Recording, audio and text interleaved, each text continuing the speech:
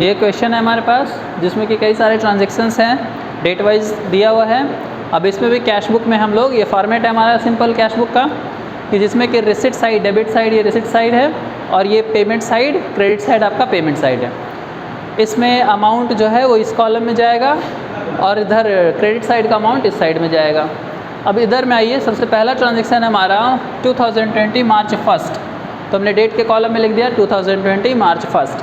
अब इसमें कह रहा है कैश इन हैंड ₹20,000, तो कैश इन हैंड यानी कि ओपनिंग बैलेंस हमारे पास 20,000 रुपया।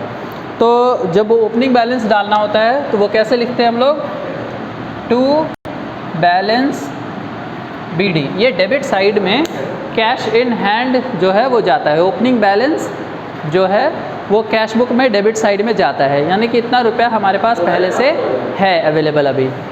अब इसमें अमाउंट जो है वो क्वेश्चन कह रहा है 20,000 हमने डाल दिया।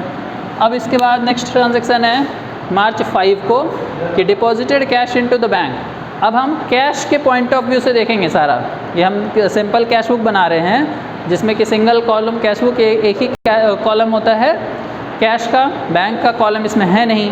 तो हम कैश के पॉइंट ऑफ व्यू से सारा क्वेश्चन को देखेंगे, सारे ट्रांजेक्शन्स को देखेंगे। तो यहाँ पे क्या कह रहा है कि डिपॉजिटेड कैश इनटू बैंक, हमने कैश को बैंक में जमा कर दिया, तो इसका मतलब कि हमारे यहाँ से कैश तो निकल गया, तो यानी कि हमारा कैश जा रहा है पेमेंट। तो वहाँ पर लिखेंगे पेमेंट साइड में लिखेंगे, ठीक है, 2000 डेट डाल देते हैं 2020 मार्च 5, क्लियर है। तो इसमें पेमेंट होगा और क्या लिखाएगा, क्या यहाँ पर बैंक को दे रहे हैं, ठीक है, मतलब हमने पेमेंट किया है बैंक को, क्लियर है। ये देखिए deposited cash into the bank, तो बैंक बैलेंस बढ़ेगा, हमारा कैश घटेगा, तो जो भी कैश घटेगा तो यहाँ आएगा, लिखाएगा बाई बैंक अकाउंट 8,000, क्लियर है, ठीक है। तो ये पेमेंट साइड, आपको बस इतना ध्यान देना है कि कैश आ रहा है या जा रहा है।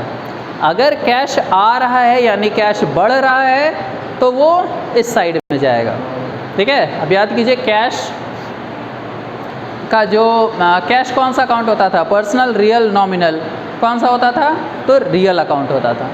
रियल का रूल होता है debit what comes in, credit what goes out.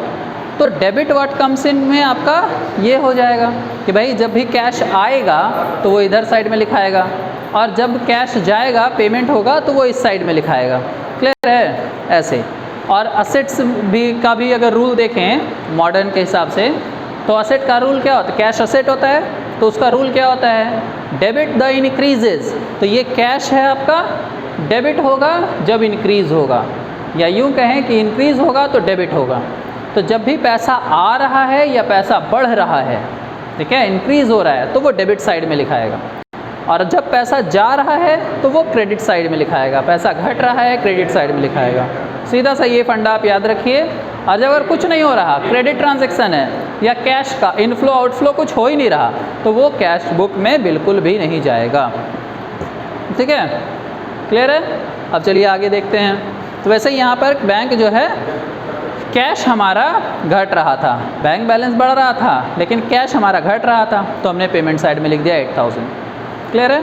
फिर आगे कह रहा है 8 तारीख को purchased goods for cash 10,000 rupees plus CGST SGST 8% each from Mohan.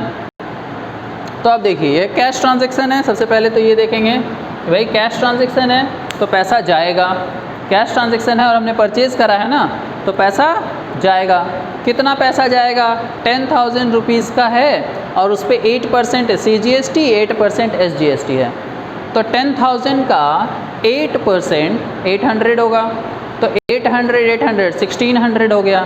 तो 10,000 और 1600, इसके कैलकुलेशन की अगर हम बात करें तो मैं यहाँ पे दिखा देता हूँ, चलिए 10,000 रुपीज़ और 800 और 800, इस तरीके से ये आपका 11,600 ये हो गया। क्या ये इसका कैलकुलेशन होगा कि इतना रुपए का हमने गुड्स परचेज़ किया है, क्लियर है। तो इसकी अगर हम जर्नल एंट्री के थ्रू समझने की कोशिश करें, ठीक है, इसमें तो कैश बुक में तो क्या जाएगा वो हम दिखाते हैं।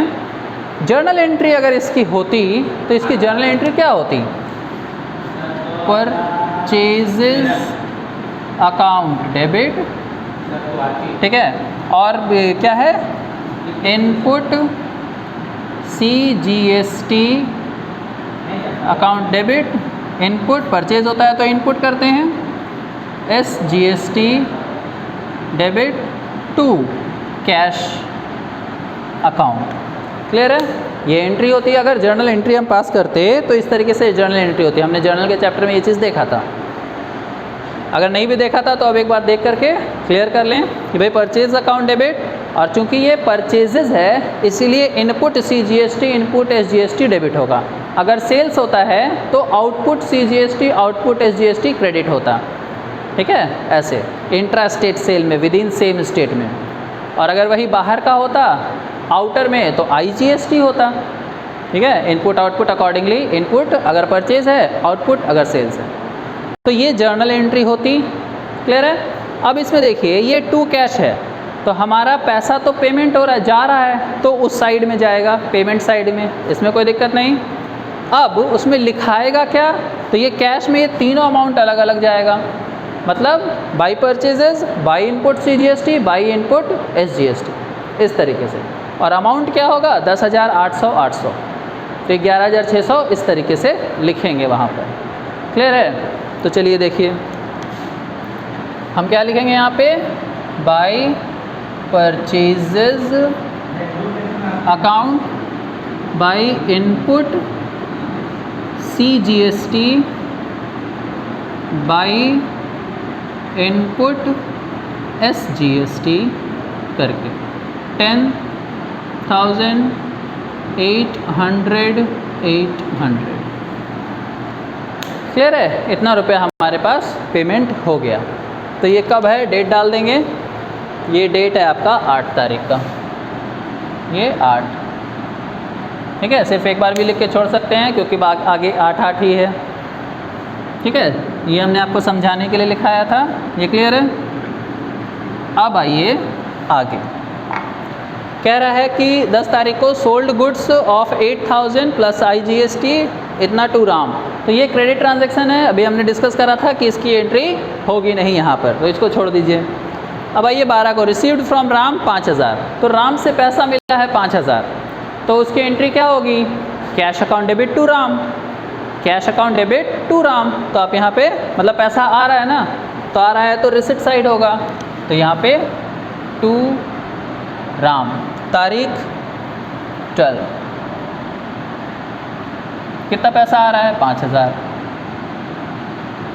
क्लियर है? अब ऊपर में कितना पैसा उससे लेना था नहीं लेना था उससे मतलब नहीं है, आपको सीधे सीधे कह रहा है 5,000 रुपये मिला है तो 5,000 रुपये रिसीव कर लीजिए, ठीक है। 15 को क्या हुआ, पेड रेंट 4,000, CGST SGST 8%। तो फिर से वही बात हो गई, एंट्री क्या बनेगी, जर्नल एंट्री अगर सोचें तो rent account debit, input CGST debit, input SGST debit to cash account, क्योंकि पेड है ना, पेड पैसा दिया है हमने, पे हो रहा है, तो ये हमारा पेमेंट है।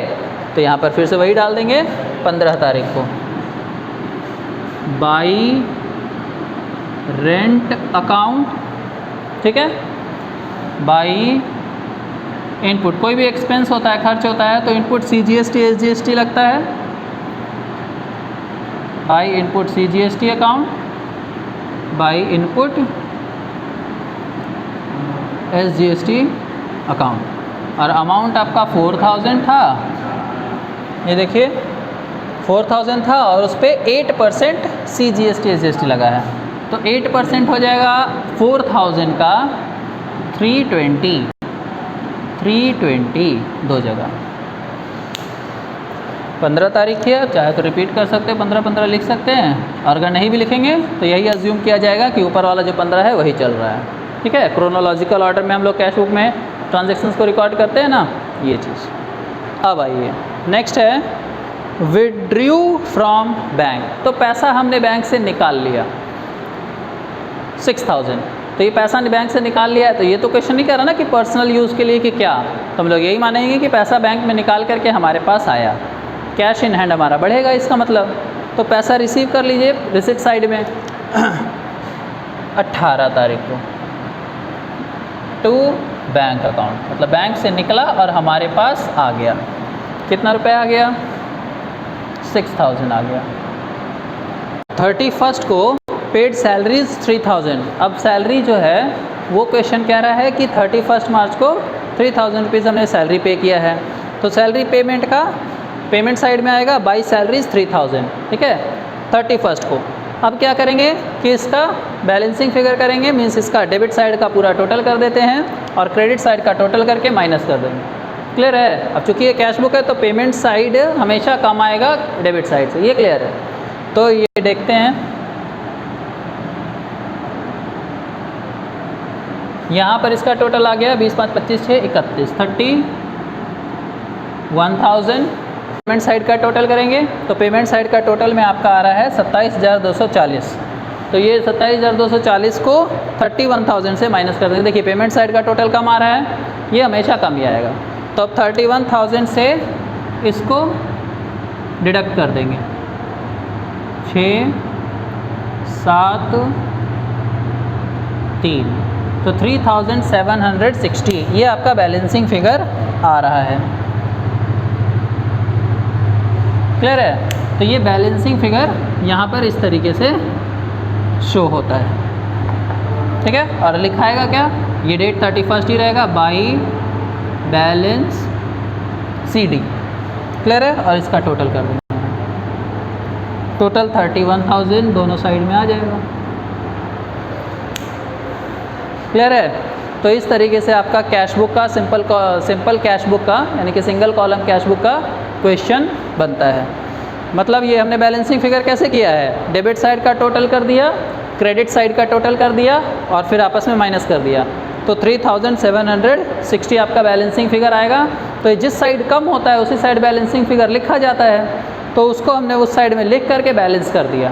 क्लियर है? अब दोनों साइड का टोटल बराबर आ गया।